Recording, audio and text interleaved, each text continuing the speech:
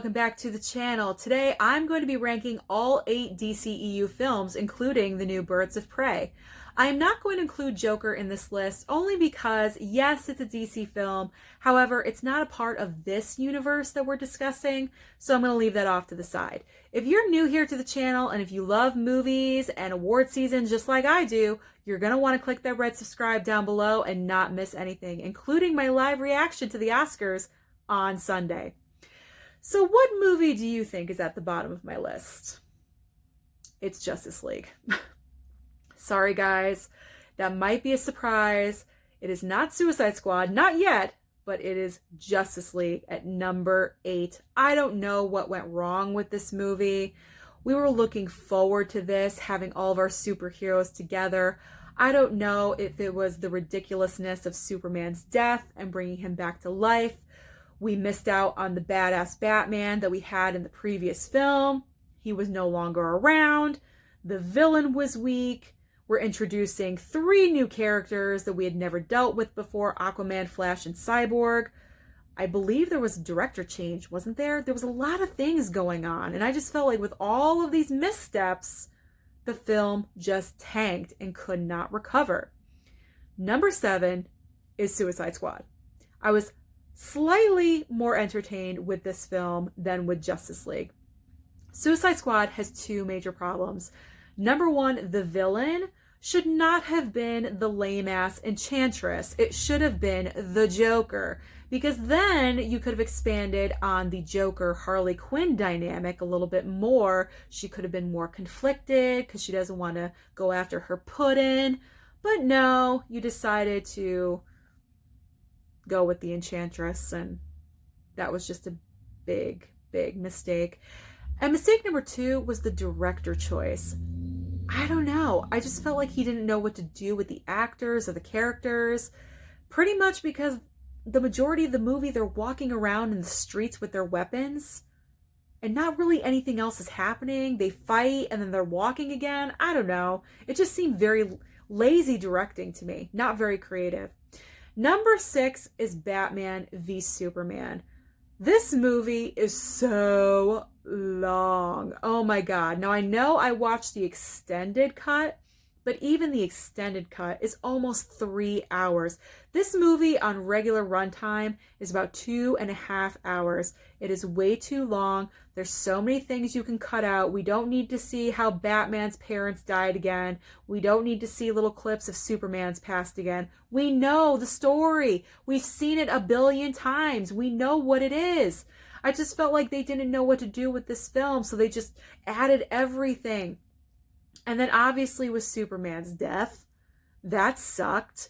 And then Lois Lane going around making bad choices, that was annoying. And then you have the weakest, stupidest villain ever, Jesse Eisenberg as Lex Luthor. That is the worst casting choice. I was not afraid of him. Not at all. He was weak. He's like a little pale nerd that you just want to shove into a corner. That was the worst villain ever. Very, very disappointing. I felt like in this movie, Batman v Superman, there was just way too many plot lines going on. It felt like this was the Avengers Ultron of the DCU, because Avengers Ultron, I felt like there were way too many storylines going on. And that was what Batman v Superman was. Just too many things going on and just not a cohesive story. It just felt all over the map. Number 5, I'm putting Aquaman. And that is probably going to surprise a lot of people. However, man, with this movie, I almost fell asleep half a dozen times. The plot line is lame. He's trying to get a trident. That's it. He just has to get a trident. Okay. The only thing that this movie has going for it is the colors and how beautiful it is to watch. That's it. If you took those things away, this movie really would have been laughable because the script is so weak. Number 4, I'm putting Shazam!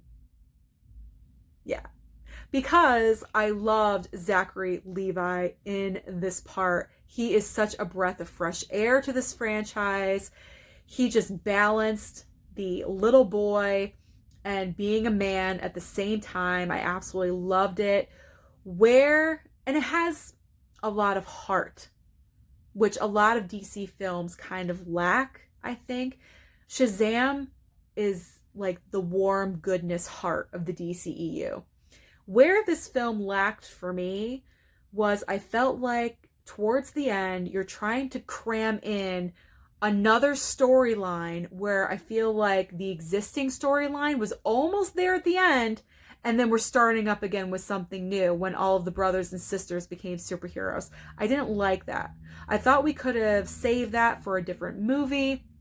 And plus, there was a lack of fight sequences. I did want more fighting with Zachary Levi's character as Shazam. I felt like we kind of got robbed of that. I wanted to see him go off and really have some wonderful fight scenes, and we never really got there. Number 3 on my list is Birds of Prey, the new film that I just reviewed, focusing on Harley Quinn.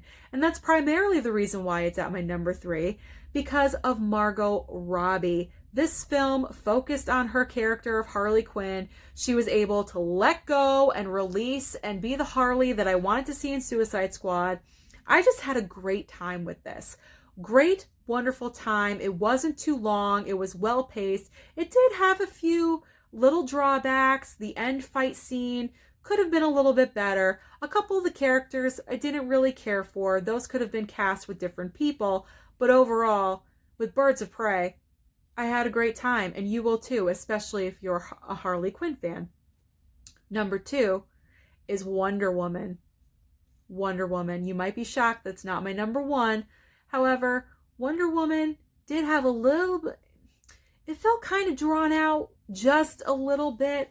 However, in the beginning, it was a beautiful setting, wonderful to look at, a fantastic origin story and telling of how she came to be and her existence. I absolutely loved it. I loved the story of her and Steve together and building this relationship. But then towards the end, it just kind of got a little bit weak, and then the villain was really weak. However, this is higher on my list because the origin story of Wonder Woman was so fantastic. Number 1, if you know all the films, you know what number 1 is. It's Man of Steel. This, honestly, I think is the only DCEU film where I can't really find any complaints. You cast Henry Cavill, who looks exactly like who we picture Superman to be. Brilliant casting.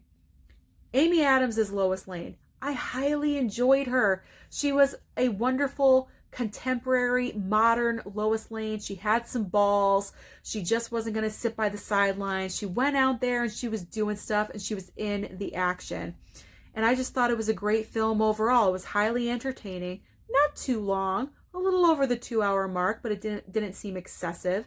And then it had a good villain. It had a great villain with Zod.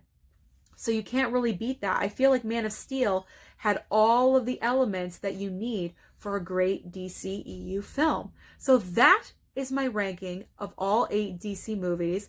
Let me know down below what you think of my list. What are your choices? What is your ranking? I would love to know.